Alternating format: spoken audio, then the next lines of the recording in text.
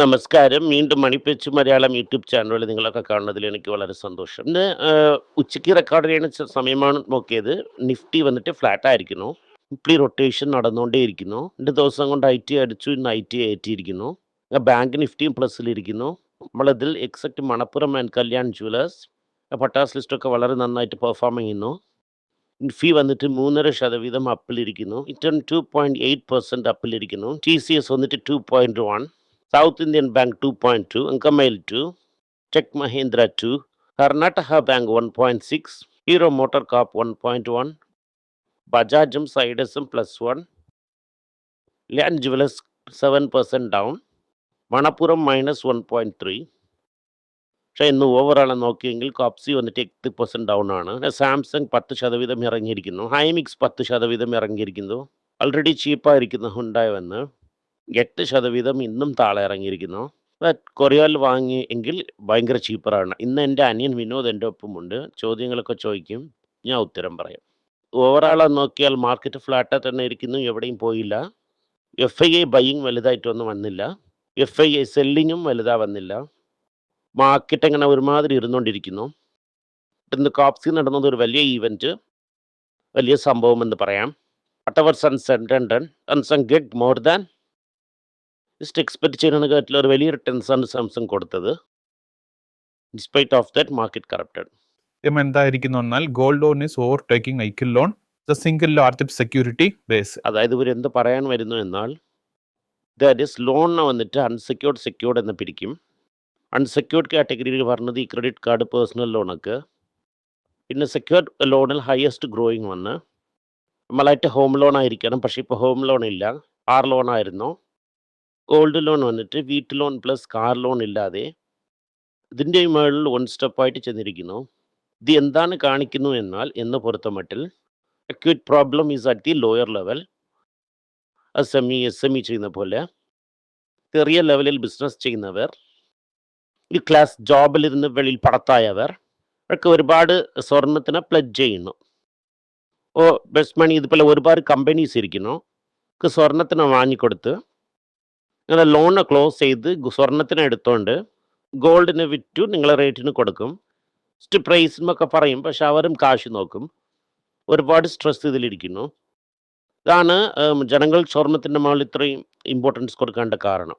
50 ടണ്ണാണ് ഇന്ത്യയിൽ റീസൈക്ലിംഗ് വന്നിരിക്കുന്നത് സ്വർണം. നിങ്ങൾ ഗോൾഡിനെ കൊടുക്കുന്നു. അതായത് സബ്സ്റ്റാൻഷ്യലി ഈ മോർട്ടേജ് ചെയ്ത ലോണ് മീட்காൻ പറ്റാതിരിക്കുന്നു എന്നതാണ് സത്യം. ഇതുപോലത്തെ സമയങ്ങളിൽ നമ്മളെ മുത്തൂറ്റ്, മണപ്പുറം പോലത്തെ കമ്പനികൾ ഗോൾഡിനെ ഒന്ന് ഓവർടേക്ക് ചെയ്യുന്നു. സെക്യൂരിറ്റൈസേഷൻ ഇതിൽ പറയുമ്പോൾ ലോൺസിൽ ഇതൊക്കെ ഇൻഫ്ലോ ആകുന്ന കാരണം ഇതുപോലത്തെ കമ്പനീസിനൊക്കെ ഒരു ഇൻവെസ്റ്ററെ നമ്മളെ കൺസിഡർ ചെയ്യാൻ ഇത് നല്ല സമയമാണ്. നല്ല നേരം കിട്ടിയപ്പോൾ നമ്മൾ നോക്കി കൺസിഡർ ചെയ്ത് വെച്ചിരിക്കുന്നു. മണപ്പുറത്തിൻ്റെ വാല്യൂ ഏറി കുറച്ച് കുറഞ്ഞിട്ടുണ്ട്.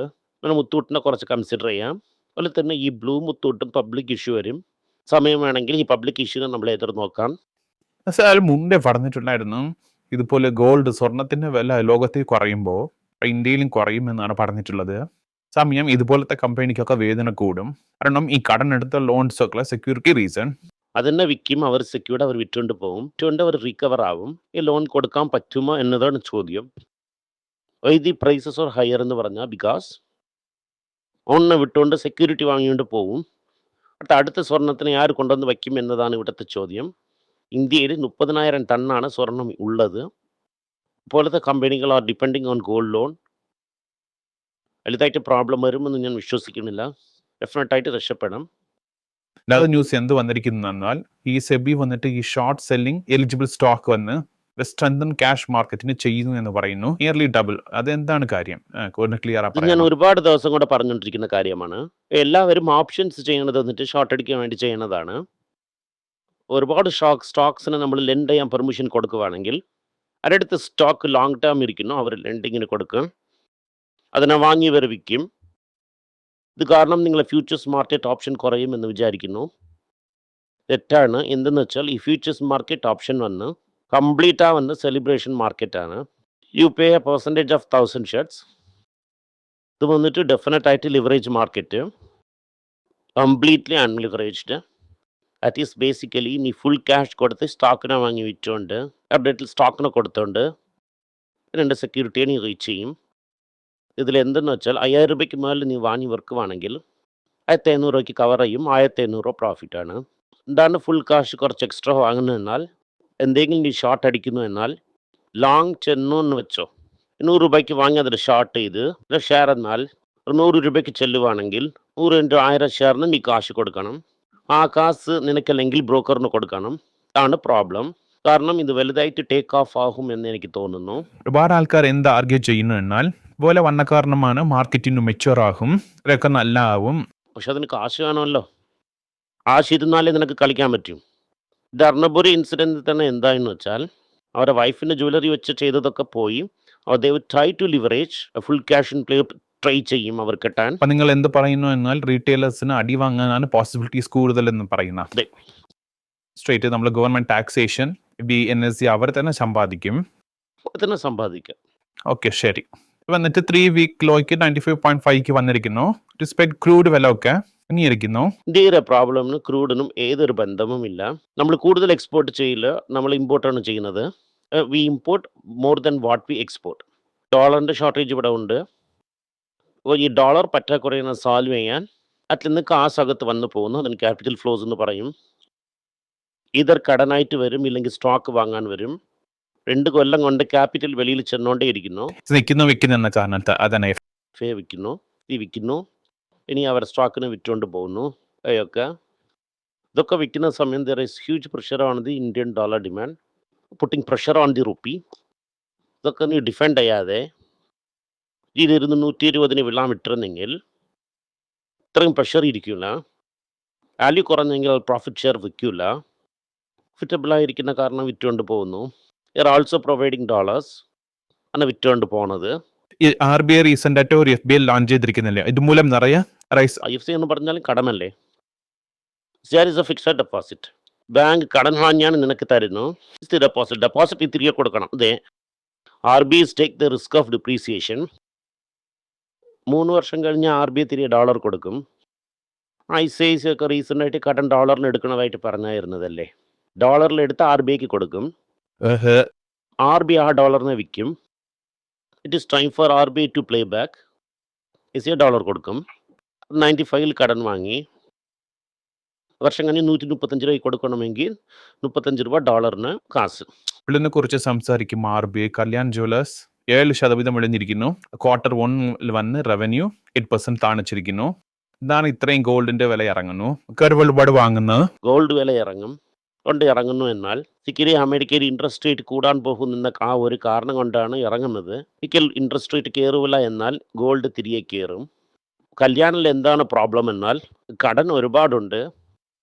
ബാങ്കിനൊന്ന് വിറ്റ് കടൻ അടയ്ക്കുമെന്ന് പറഞ്ഞായിരുന്നു, പക്ഷെ അത് ചെയ്തില്ല. കടനും കയറിക്കൊണ്ടേ പോകുന്നു. അത് കാര്യം അവർ ഫ്രാഞ്ചൈസി മോഡലിൽ എക്സ്പാൻഡ് ചെയ്തിരിക്കുന്നു. പക്ഷെ ഫ്രാഞ്ചൈസിക്ക് പ്രോഫിറ്റ് കൊടുക്കണം. അവരുടെ നെറ്റ് പ്രോഫിറ്റ് നോക്കുവാണെങ്കിൽ ടൈറ്റനോട് കമ്പാരബിൾ നെറ്റ് പ്രോഫിറ്റ് നോക്കുമ്പോൾ കുറവാണ്. ലോങ് ടേമിൽ നോക്കുമ്പോൾ ഇവർ വന്ന് റിക്കവർ ആകും. ഇതിന് ബദലായിട്ട് ഞാൻ കുറച്ച് വച്ചിരിക്കുന്നു ഇത് ചീപ്പായിട്ട് ഇപ്പോൾ പ്രൈസിന്. എന്നെ വിശ്വസിക്കുന്ന തരം നല്ല കമ്പനി ഇപ്പോൾ ഇരിക്കുന്ന ഒരു വേദന കുറച്ച് ദിവസം ഉണ്ടാവും. അണ്ണ് വെച്ച് നോക്കുന്നത് ബെറ്ററാണ്. ഇതിൽ ലക്ഷണ് നോക്കുന്നു for a very long term. ഇത് അങ്കമയിൽ പക്ഷെ തങ്കമയിൽ വന്നിട്ട് വൈറസ് സൂചി ലെവലിലല്ലേ ഇരിക്കുന്നു പറയുന്നു. പറയുമ്പോൾ 2000-3000 റേഞ്ചിലുണ്ടായിരുന്നു. 6000 ഒക്കെ കഴിഞ്ഞ് എവിടെയോ പോകുന്നു. 250 അത് ചെറുതായിരിക്കുമ്പോൾ പറഞ്ഞതല്ലേ. വാങ്ങിയിരിക്കണല്ലേ അത്. അതെ, തങ്കമയിൽ നോക്കാൻ പറ്റൂല സർ. നീ നോക്കാൻ പറ്റൂല, ടൈറ്റനെ നോക്കാൻ പറ്റൂല. ഇപ്പം നോക്കുമ്പോൾ ഇപ്പോൾ ചാൻസ് നോക്കുമ്പോൾ കല്യാണിൽ മാത്രമാണുള്ളത്.